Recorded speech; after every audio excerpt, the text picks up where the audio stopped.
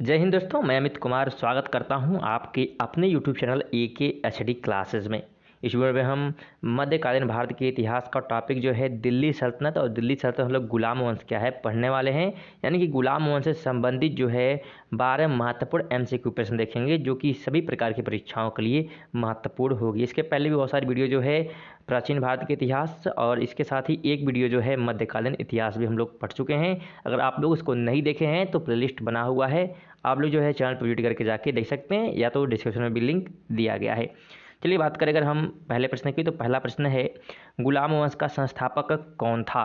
ध्यान रखना है दोस्तों, यहाँ पे जितने प्रश्न सब कराए जा रहे हैं सभी ने सभी किसी न किसी परीक्षा में क्या पूछे गए हैं। जैसे अगर हम पहले प्रश्न की बात करते हैं तो यह जो है UPPCS प्री 1990 में क्या है पूछा गया प्रश्न है।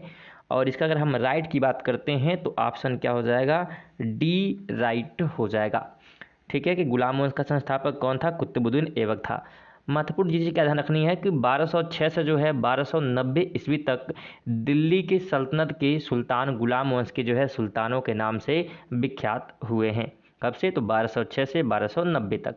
जिसका जो संस्थापक था कुतुबुद्दीन ऐबक था। यद्यपि वे जो है एक वंश के नहीं थे, वे सभी जो है तुर्क थे तथा उनके वंश पृथक पृथक थे। साथ ही वे स्वतंत्र माता पिता के संतान थे। अतः इन सुल्तानों को गुलाम वंश के सुल्तान कहने के स्थान पर प्रारंभिक तुर्क सुल्तान या दिल्ली के ममलूक सुल्तान कहना अधिक उपयुक्त होगा। बात करें हम सेकंड नंबर क्वेश्चन की, तो कुतुबुद्दीन ऐबक की राजधानी थी। तो अगर हम राइट की यहाँ बात करें तो ऑप्शन नंबर ए हो जाएगा, लाहौर जो है राजधानी थी कुतुबुद्दीन ऐबक की। ध्यान रखिएगा मोहम्मद गौरी की मृत्यु कब हुई थी, तो 1206 ईस्वी में। और इसके बाद जो है लाहौर के विशिष्ट जनों एवं अमीरों ने जो है कुतुबुद्दीन ऐबक को सार्वभौम शक्तियाँ ग्रहण करने के लिए आमंत्रित किया। अतः उसने जो है लाहौर जाकर सत्ता ग्रहण की तथा 1206 ईस्वी में औपचारिक रूप से सिंहासनारूढ़ हुआ, यानी सिंहासन पर बैठ गया। ऐबक की राजधानी जो है लाहौर थी। तो ये आपको ध्यान रखना महत्वपूर्ण बातों को भी। 3 की बात करें हम, तो निम्नलिखित में से किसने दिल्ली को सल्तनत की राजधानी के रूप में स्थापित किया। ये किया गया था इल्तुतमिश के द्वारा। ऑप्शन नंबर बी राइट हो जाएगा। अगर हम बात करें इल्तुतमिश की शासनकाल की, तो 1211 से 1236 ईस्वी है।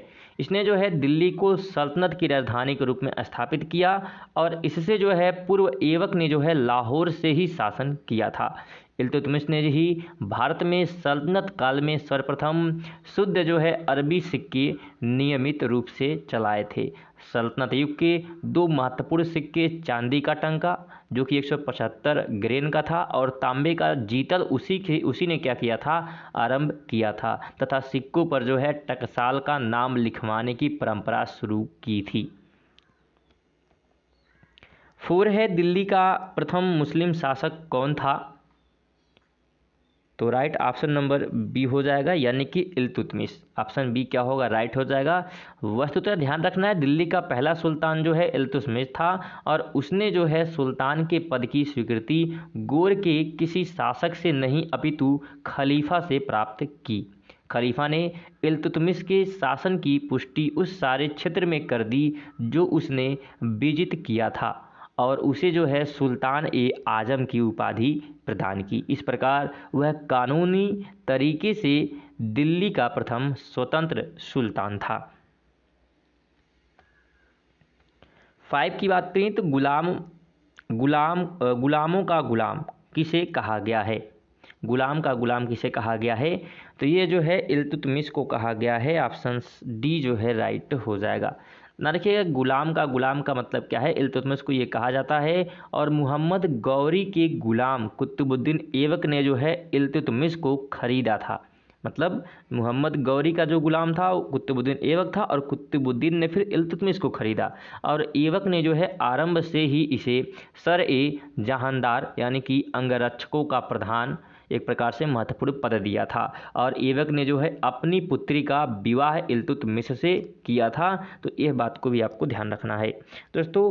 साथ में क्वेश्चन के आंसर हम महत्वपूर्ण बातों को बताते हुए चल रहे हैं, तो आपको जो है जानकारी बहुत सारी दी जा रही है। अगर वीडियो इन्फॉर्मेटिव लग रही है तो वीडियो को लाइक ज़रूर करें और इस प्रकार की वीडियो के लिए जो है चैनल को सब्सक्राइब कर सकते हैं।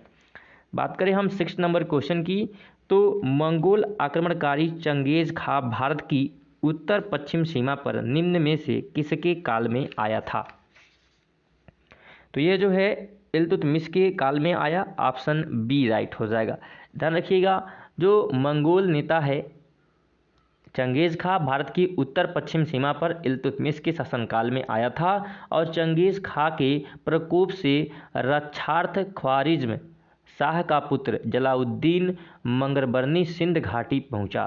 संभवतः चंगेज खां ने इल्तुतमिश के पास अपने दूत भेजे थे कि वह जो है मंगरबनी की सहायता ना करे, अतः इल्तुतमिश ने उसकी कोई सहायता ना की और जब मंगरबनी 1224 ईस्वी में भारत से चला गया तो इस समस्या का समाधान हो गया।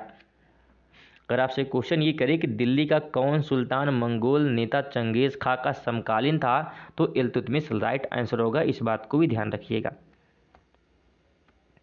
7 है कि चंगेज खान का मूल नाम, तो इसका जो मूल नाम था वो क्या था? तो तेमुचिन था, ऑप्शन सी राइट हो जाएगा।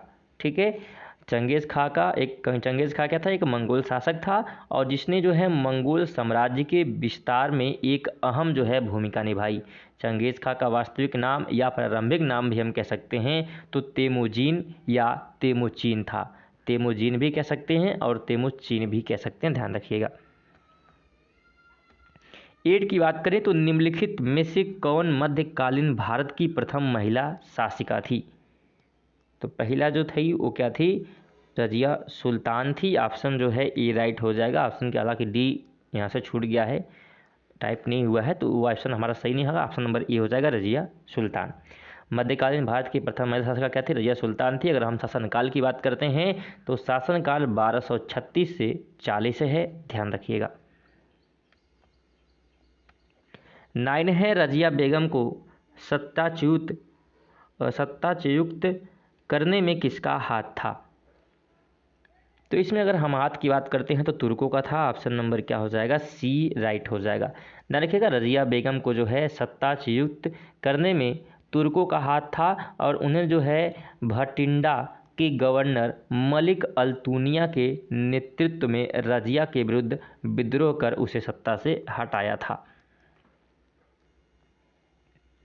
10 है दिल्ली के किस सुल्तान के विषय में कहा गया है कि उसने रक्त और लौह की नीति अपनाई थी? तो यह जो है कहा जाता है किसके बारे में? तो बलबन के बारे में, ऑप्शन बी राइट हो जाएगा। बलबन के विषय में कहा जाता है कि उसने क्या किया था? रक्त और लौह की नीति अपनाई थी। और बलबन के राजत्व सिद्धांत की 2 मुख्य विशेषताएं थी। प्रथम थी कि सुल्तान का पद ईश्वर के द्वारा प्रदत्त होता है और दूसरा था कि सुल्तान का निरंकुश होना आवश्यक है। निरंकुश मतलब किसी का उस पर अंकुश ना हो। 11 नंबर दिया है कि नीचे 2 वक्तव्य दिए गए हैं और एक कथन ए और दूसरा क्या है? कारण दिया गया है। तो अगर हम बात करें यहाँ पे कथन की, तो कथन कहता है कि बलबन ने अपने जो है शासन को शक्तिशाली बनाया और सारी जो है सत्ता अपने हाथ में केंद्रित कर ली। और कारण कहता है कि वह उत्तर पश्चिम सीमा को मंगोल आक्रमण से सुरक्षित करना चाहता था। तो अगर यहाँ पे हम राइट की बात करते हैं तो बी हो जाएगा, यानी कि ए और आर दोनों बिल्कुल सही हैं, किंतु ए की समुचित व्याख्या आर नहीं कर रहा है। क्योंकि ध्यान रखिएगा, जो गयासुद्दीन बलबन है वो दिल्ली का सल्तनत में गुलाम वंश का शासक था और इसने जो है 1266 से 1286 ईस्वी तक शासन किया। इसने जो है सम्राट के पद का दैवी घोषित कर सारी सत्ता अपने हाथ में केंद्रित कर ली थी और इसने जो है सिजदा व पैबोस प्रथा की शुरुआत भी की थी।